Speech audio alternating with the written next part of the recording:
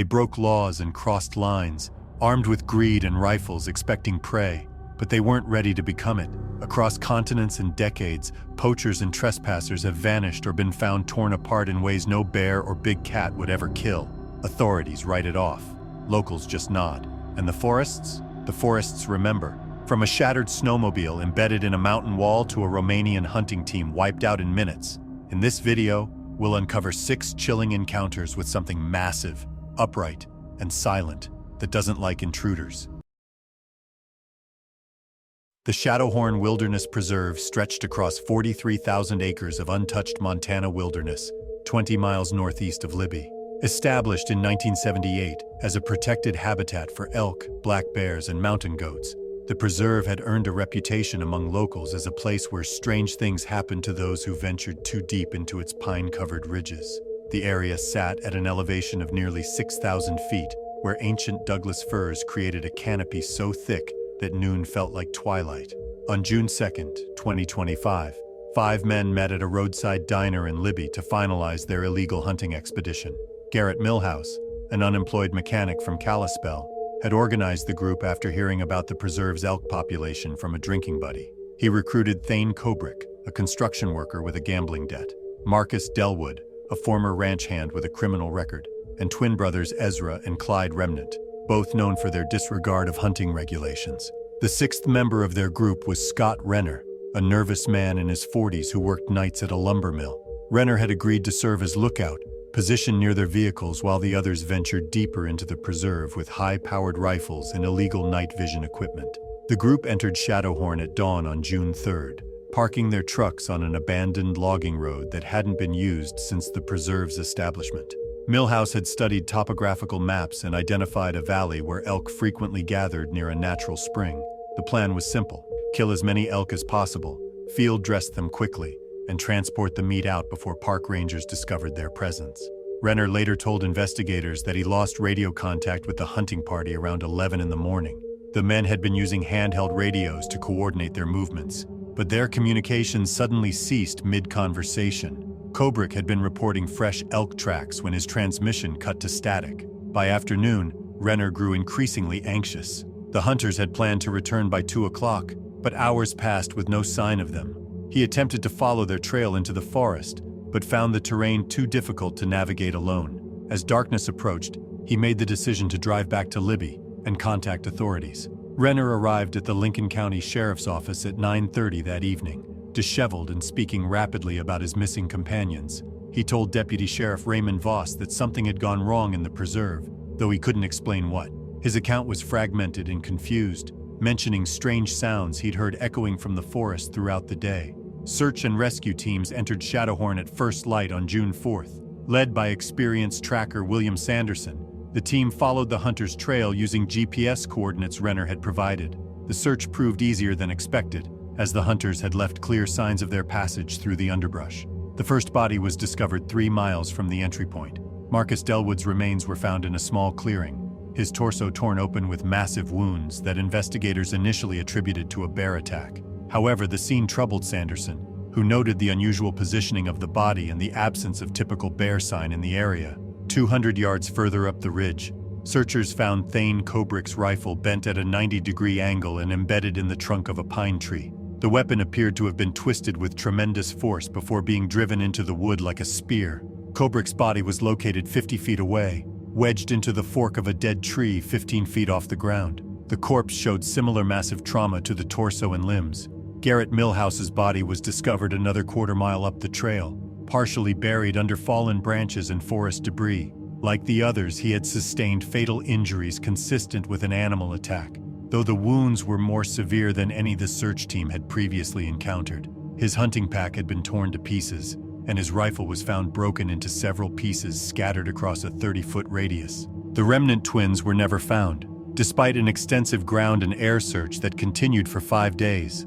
Searchers discovered blood trails leading deeper into the preserve, but the tracks disappeared at a rocky outcrop where following them became impossible.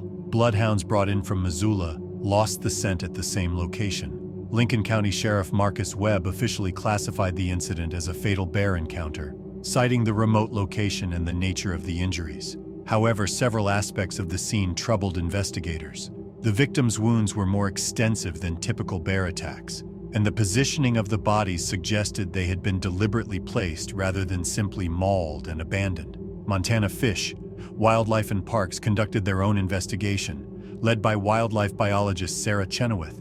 Her report noted several inconsistencies with a bear attack scenario, including the absence of bear tracks, scat, or claw marks on trees in the immediate area. The twisted rifle and the body wedged high in the tree were particularly difficult to explain through conventional wildlife behavior. Scott Renner refused to discuss the incident beyond his initial statement to police. He quit his job at the lumber mill within a week and moved to a gas station in Eureka, 40 miles from Shadowhorn. Former co-workers reported that Renner would leave the room whenever anyone mentioned hunting or the preserve. He told his new employer that he would never enter a forest again. Local residents of Libby weren't surprised by the official bear attack explanation, but many privately expressed skepticism. The preserve had been the site of unexplained incidents for decades, including the disappearance of 2 hikers in 1993 and several reports of large unidentified tracks found by park rangers over the years. The case was officially closed in August 2025, with the deaths attributed to an aggressive black bear that was never located, despite extensive hunting efforts by wildlife officials. The remnant twins remain listed as missing persons, though search efforts were suspended after 6 months. Shadowhorn Wilderness Preserve was temporarily closed to public access following the incident, reopening in October 2025 with increased ranger patrols and mandatory check-in procedures for all visitors. The area where the attacks occurred remains off-limits to hikers and hunters. The Ankaratra Highlands stretched across the central plateau of Madagascar, a region known for its endemic lemur populations and dense montane rainforests. Located approximately 100 kilometers south of Antananarivo, the highlands contain some of the island's most pristine wilderness areas, protected by strict conservation laws that prohibited unauthorized hunting and logging activities. In March 1996, a pair of university researchers from an institute in Antananarivo embarked on an expedition to study nocturnal lemur behaviors in the Ankaratra region. Led by Dr. Alain Rasoanaivo and accompanied by a Malagasy American primatologist named Claire Bennett, the team aimed to track and record behavioral patterns of the elusive II lemur. Unlike prior expeditions, this duo received special government permission to access a ravine known as Maravado Gorge, a rarely studied area due to its dangerous terrain and spiritual significance to local communities. Village elders in the nearby settlement of Ambohipo warned them about entering the gorge, sharing stories of travelers who had vanished or returned mentally unwell. The researchers, respectful but skeptical, documented the oral traditions and proceeded with their plan. On March 12th, they set up a base camp at the edge of the gorge. The first day was productive. Numerous lemur calls were recorded and cited behaviors were noted in field journals. The second night, however, took a strange turn. Claire reported hearing heavy, rhythmic footfalls echoing from the gorge floor. Rasoanaivo, initially skeptical, later noted he had seen a massive silhouette upright among the trees, far too tall and broad-shouldered to be a lemur or human. They documented the encounter in their journals as an unexplained wildlife incident. On the night of March 14th, Dr. Rasoanaivo ventured alone down a narrow animal trail deeper into the gorge and did not return. Claire spent the night calling his name and scanning the area with flashlights, but there was no sign of him. The next morning, she found his notebook near a stream at the gorge's base. The pages were torn, and the last entry was written hastily and was nearly illegible. Panic set in, and Claire radioed for assistance. A rescue team, accompanied by local authorities and a guide, arrived the following day.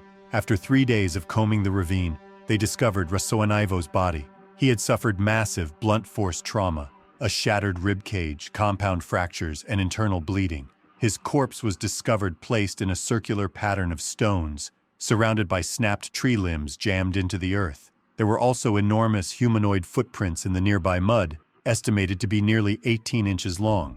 The official autopsy cited extreme physical trauma consistent with a fall or large animal attack. Authorities ruled out foul play and chose not to speculate further, though no known local predator could have inflicted those injuries. Despite the evidence, officials dismissed claims of anything unusual. Claire, however, became convinced they had encountered a territorial bipedal primate species, an undocumented hominid. Back in Antananarivo, Claire declined all further research opportunities. She later gave interviews under anonymity, describing a towering creature covered in dark hair, standing silently among the mist-covered trees. She claimed its eyes reflected light, and its movements were impossibly fast for its size. Her colleagues dismissed her testimony, though whispers of a Malagasy Bigfoot began to circulate in fringe science circles. The Institute issued a generic statement about the dangers of fieldwork and the importance of heeding local warnings. Conservation organizations used the incident to argue for preserving remote ecosystems, warning that not all species within them were fully known or understood. Years later, rumors emerged of a second team seeking to investigate the sightings, but no expedition was ever officially logged, and no findings were released. Locals say the forest took them, just as it took Rasoanaivo.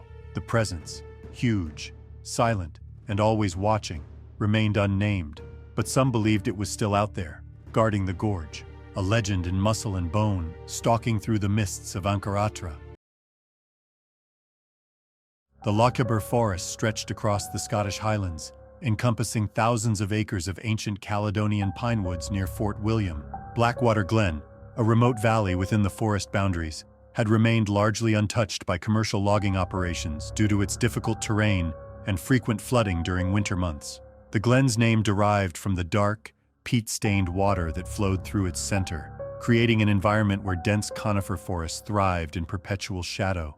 In September 1982, 3 university friends entered Blackwater Glen on a private hiking and photography trip. Their aim was recreational, a break from postgraduate pressures, and a chance to explore one of the last truly wild tracts of Caledonian forest. The group included Ian Calder, a zoology student with an interest in predator tracking, Moira Jennings, an amateur botanist and landscape photographer, and Alan Druce, a student filmmaker capturing material for a personal documentary project. Though the trip was casual, Ian Calder had a separate motive. He believed rumors that a large unidentified predator roamed the glen, stories passed down through generations in Kinloch Leven. He secretly brought tranquilizer darts and night vision equipment in case they encountered anything unusual. But when the encounter came, it happened too quickly. None of the gear was ever used. The group established their base camp near the banks of Blackwater Creek, where they could access fresh water and find relatively level ground. The location was approximately 8 kilometers from the nearest forestry road, allowing for isolation but posing logistical challenges. On September 23rd, Calder and Jennings set out before dawn to explore a stand of mature pines identified the previous day. Druce remained at camp to organize gear and plan the day's filming. The 2 hikers carried radios and field kits as they moved deeper into the glen. Druce later reported hearing routine radio check-ins until approximately 10 o'clock in the morning, when contact ceased entirely. By noon, concerned by the silence, Druce attempted to contact Calder and Jennings but received no response. After waiting another hour, he decided to follow their trail. He found abandoned equipment near the base of an enormous Scots pine. The tree showed signs of bark scraping and gouging, not from tools, but from something enormous and clawed. The surrounding undergrowth had been flattened in a circular pattern extending 30 feet from the tree's base, as if something massive had moved through the area. Several smaller trees had been broken off at chest height, their trunks snapped cleanly. Calder's field pack was found torn open, its contents strewn in every direction. Jennings's camera gear had been crushed. The forest was eerily silent, no bird songs or insect noise. Druce began filming the scene while cautiously continuing his search. He discovered Calder's body 40 yards from the tree. His torso and limbs showed trauma inconsistent with an animal attack. Bones shattered by blunt force, his tranq rifle bent in half and impaled in the soil like a signpost. Jennings' remains were found another 60 yards deeper into a thicket, her injuries more severe, her data tablet lodged high in a tree as if thrown. Druce fled the glen immediately, abandoning all gear. He followed the creek downstream until he reached a forestry road and flagged down a passing lorry.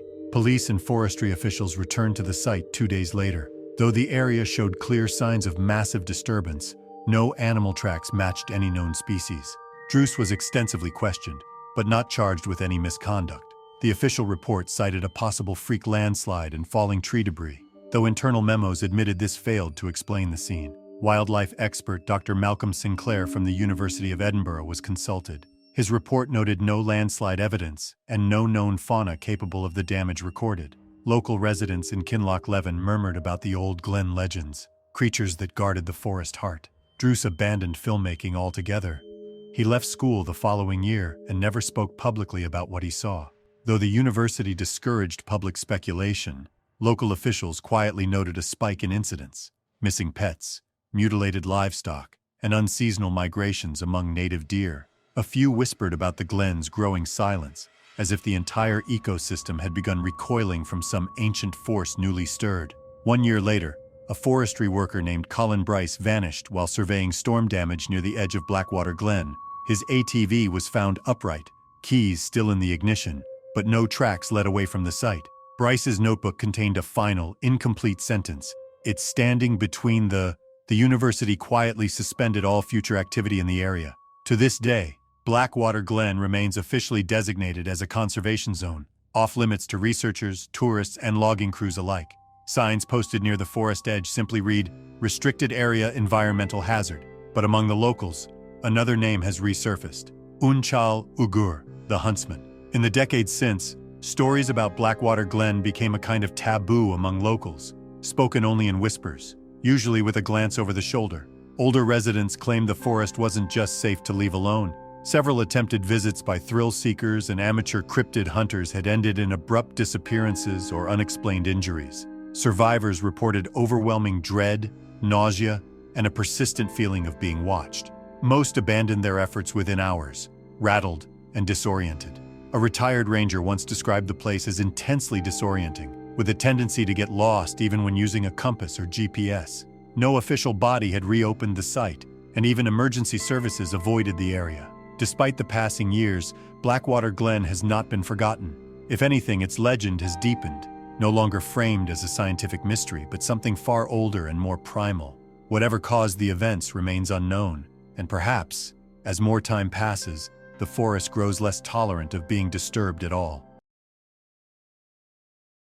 The Davao region of Mindanao contains some of the Philippines' most pristine jungle environments, where dense tropical rainforests stretched across mountainous terrain largely untouched by development. Ashfang Hollow, located near the boundary between government land and ancestral tribal territory, had earned a reputation among locals as a place where outsiders were unwelcome and dangerous encounters were common.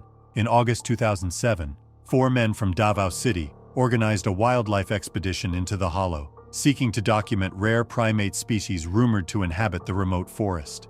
The operation was led by Roberto Velasco, a former security guard with an interest in exotic fauna and adventure tourism.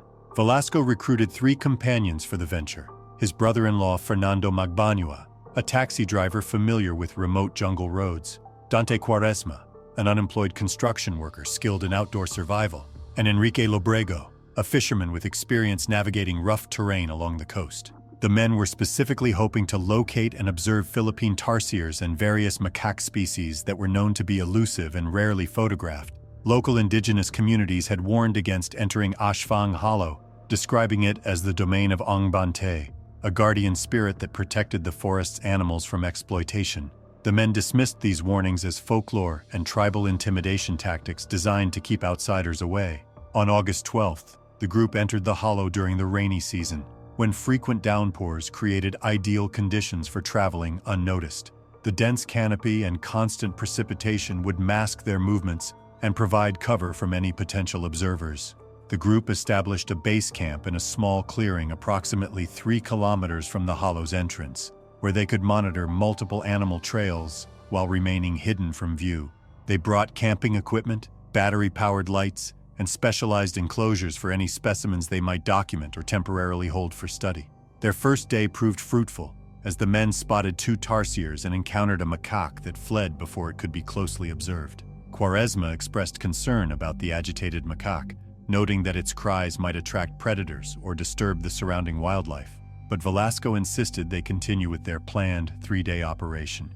On the night of August 13th, Lobrego was assigned the first watch while his companions slept in their shelters. He later reported that something large had begun circling their campsite around midnight, moving through the jungle with surprising stealth despite its apparent size. The sounds were unlike anything he had encountered during previous outdoor excursions, suggesting an animal much larger than any known to inhabit the region. According to Lobrego's subsequent account to investigators, the stalking continued throughout the night, with the unseen presence maintaining a constant distance from their camp while making no attempt to approach directly. He described hearing heavy breathing and the occasional crack of breaking branches, but never caught sight of whatever was observing them. The incident occurred shortly before dawn on August 14th, while the men were preparing to break camp and move to a different location.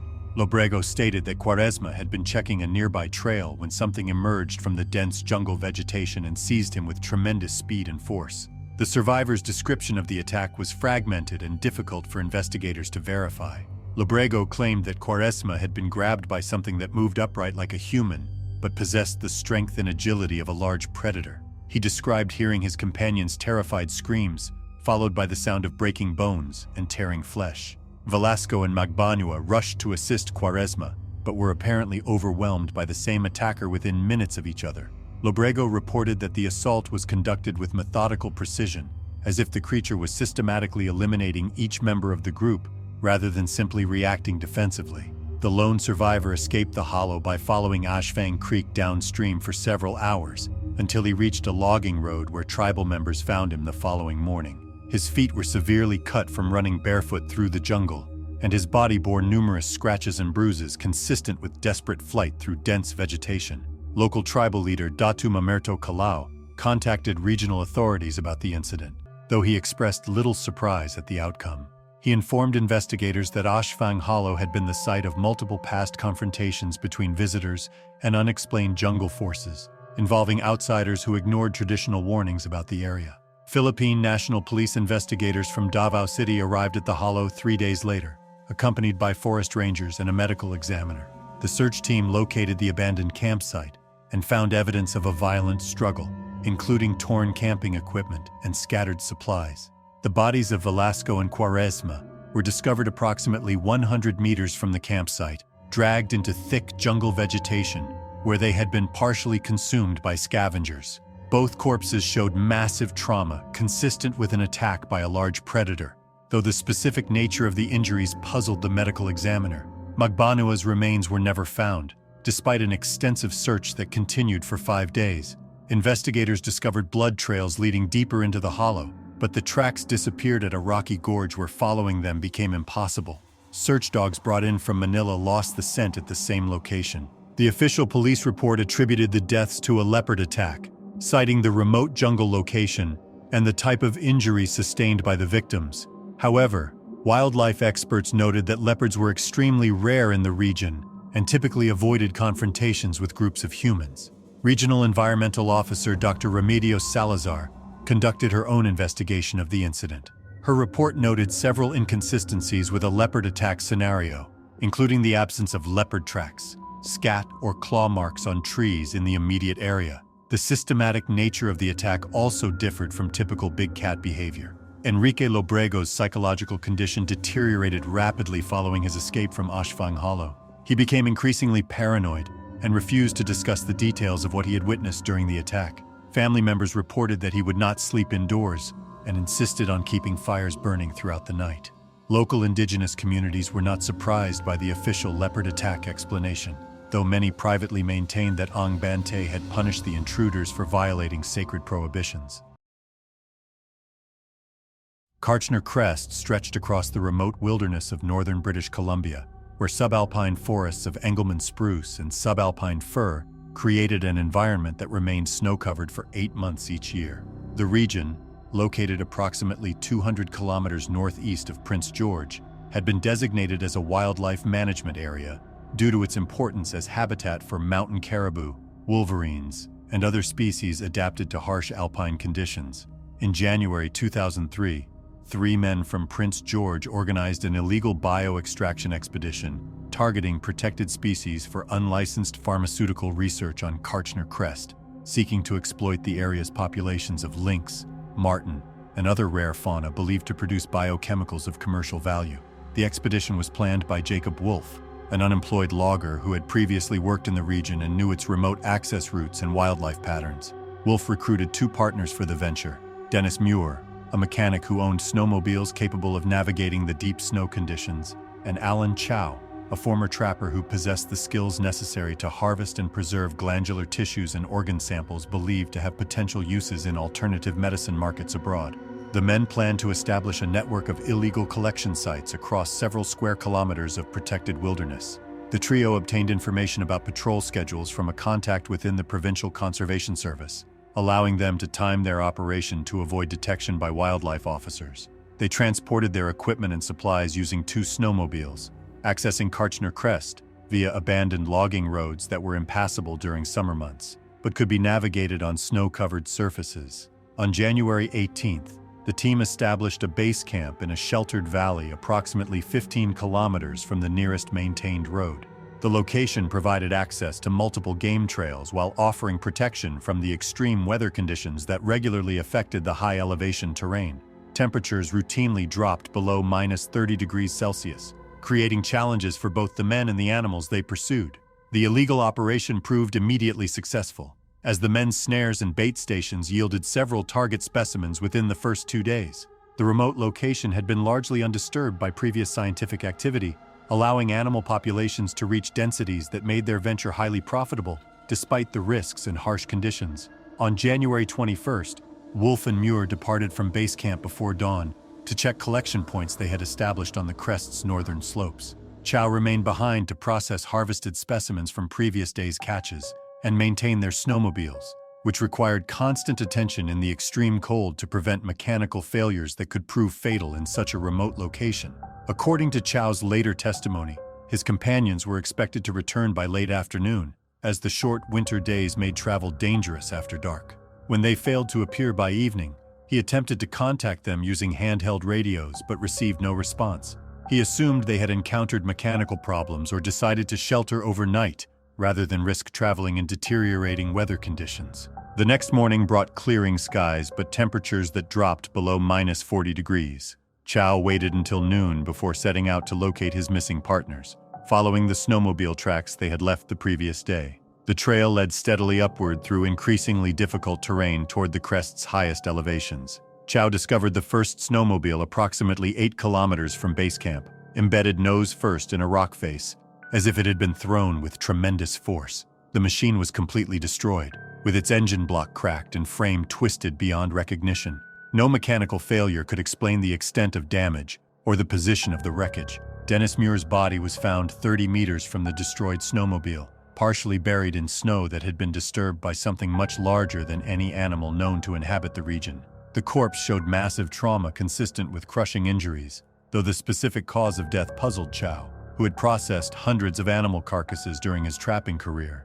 The second snowmobile was located another 200 meters up the slope, overturned and partially buried under an avalanche that appeared to have been artificially triggered. Jacob Wolf's remains were discovered nearby, showing similar crushing injuries to those that had killed Muir. Both bodies had been exposed to extreme cold for at least 24 hours. Chow later told his wife that the scene around his dead companions felt unnaturally quiet, with none of the wildlife sounds that normally filled mountain forests. He described finding large tracks in the snow that were unlike anything he had encountered during decades of wilderness travel, suggesting something that walked upright, but possessed feet much larger than human proportions. The survivor's account included details about steam rising from the snow around the bodies, as if something with a much higher body temperature than the victims had been present at the scene recently. He also reported seeing additional disturbed snow areas that suggested a prolonged struggle had occurred between his companions and their attacker. Chow abandoned the operation immediately after discovering the bodies, using his remaining snowmobile to return to base camp and collect essential survival gear. He traveled through the night to reach the nearest road, where he contacted Royal Canadian Mounted Police Emergency Services from a roadside telephone. RCMP investigators from Prince George arrived at Kartchner Crest 2 days later, transported by helicopter due to the remote location and severe weather conditions. The investigation team included experienced wilderness specialists and a pathologist familiar with wildlife attack cases. The official investigation confirmed Chow's account of the scene, though investigators were unable to determine the exact nature of the attack that had killed Wolf and Muir. The destroyed snowmobile suggested an encounter with something possessing enormous physical strength, while the victim's injuries were consistent with crushing trauma inflicted by a large predator. Wildlife biologist Dr. Jennifer Morrison from the University of British Columbia was consulted about the incident. Her analysis noted that no animal native to the region possessed the size and strength necessary to inflict the observed damage to both the victims and their equipment. Mountain caribou, the largest animals in the area, were herbivores incapable of such aggressive behavior. The official RCMP report attributed the deaths to a mountain lion attack. Despite the inconsistencies in this explanation, The report cited the remote location and the difficulty of conducting a thorough investigation in extreme weather conditions. No mountain lion was ever located in the area, and wildlife experts noted that such cats typically avoided confrontations with humans. Alan Chow's behavior following the incident convinced many local residents that his account contained elements beyond conventional wildlife encounters. He sold all his wilderness equipment within a week of returning to Prince George and refused to discuss the details of what he had witnessed on Karchner Crest. The case was officially closed in April 2003, with the deaths classified as a predator attack by an unidentified big cat. Karchner Crest remained accessible to authorized researchers and outdoor enthusiasts, though provincial conservation officers increased their patrols and enforcement activities to prevent unauthorized activities.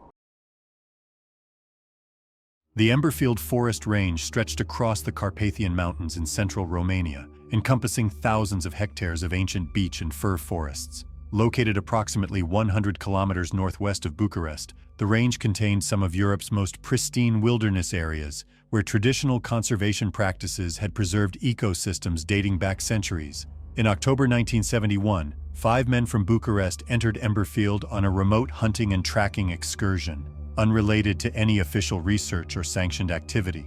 Their expedition, officially registered as a forestry and soil sampling operation, was in fact a recreational but clandestine effort to hunt large predators and test out experimental gear under wilderness conditions. The goal was to combine field survival training with amateur biological observation, including testing new forms of bait and trap systems. These substances, while not illegal, were unauthorized for field deployment and known to disrupt local ecosystems if misused. The operation was coordinated by Gheorghe Popescu, a former military officer who had transitioned into experimental field research with questionable oversight. Popescu assembled a team of 5 experienced individuals: Nicolae Radulescu, a factory supervisor skilled in orienteering; Marin Petrescu, a mechanic who owned suitable vehicles for transporting gear; Stefan Ionescu, a construction worker; Vasile Moldovan, a butcher recruited for his logistical and food preparation skills in isolated environments; and Emil Stănescu, a telecommunications technician with experience in radio operations.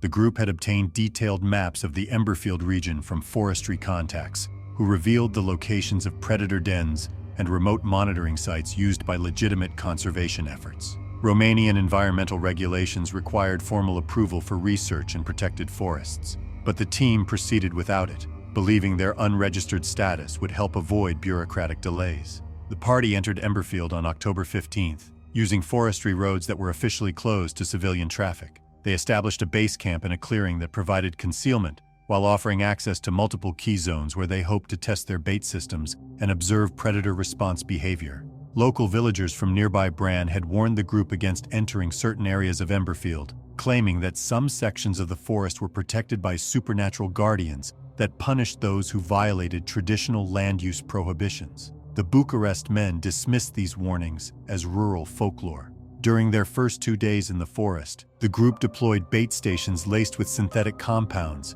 and monitored motion-sensitive cameras placed near known wildlife corridors. The operation proceeded according to plan, with the group recording animal movements and collecting early-stage data for their institute's analysis. On the night of October 17th, Stefan Ionescu was assigned guard duty, while his companions slept in their shelters. He later reported that something had approached their campsite during the early morning hours, moving through the forest with a combination of stealth and power that differed from any animal he had previously encountered. According to Stefan's subsequent testimony to investigators, the presence outside their camp had maintained a vigil for several hours without revealing itself. He described hearing heavy breathing and occasional sounds of movement through dense undergrowth, but never obtained a clear view of whatever was observing their activities. The incident occurred just before dawn on October 18th, while the group was preparing for what they believed would be their final day of data collection. Stefan stated that his 4 companions had been killed suddenly and with alarming speed by an attacker or animal he could not identify. The survivor's account of the confrontation was fragmented and difficult for authorities to verify. Stefan claimed that each man had been killed silently and efficiently, with no opportunity to use their tools or call for assistance. He described the attacker as possibly a large predator exhibiting unusual aggression and precision. Stefan escaped the incident by fleeing deeper into the forest, where he remained hidden for several hours before attempting to return to their vehicles. he discovered that the site had been ransacked, with equipment damaged or missing, possibly by wildlife or opportunistic scavengers. The lone survivor eventually reached the nearest village after walking for 2 days through mountainous terrain, arriving in severe psychological and physical distress. Local residents noted that Stefan appeared deeply shaken, exhibiting tremors and significant fatigue. Romanian authorities were initially skeptical of Stefan's claims about the attack, particularly given the unapproved nature of his group's activities. However, they organized a search expedition to locate the missing men and investigate the reported incident. The investigation team discovered the destroyed campsite exactly as Stefan had described, with evidence of extreme violence and systematic destruction of all equipment and supplies. The scene suggested that whatever had attacked the group possessed both intelligence and tremendous physical capabilities. Bodies of the 4 dead men were found scattered across a wide area, each showing massive trauma that appeared to have been inflicted with precise targeting of vital organs and major bone structures. The medical examiner noted that the injuries were unlike anything he had encountered in previous wildlife attack cases. The positioning and condition of the corpses puzzled investigators, as each appeared to have been killed quickly and then deliberately placed in locations where they would be easily discovered. No distress equipment had been activated, despite the group carrying radios and having extensive field experience. Police Chief Inspector Corneliu Vasilescu officially classified the incident as a bear attack, citing the remote forest location and the type of injuries sustained by the victims. However, several aspects of the scene contradicted this explanation, including the absence of bear tracks, claw marks, or other typical signs of ursine activity.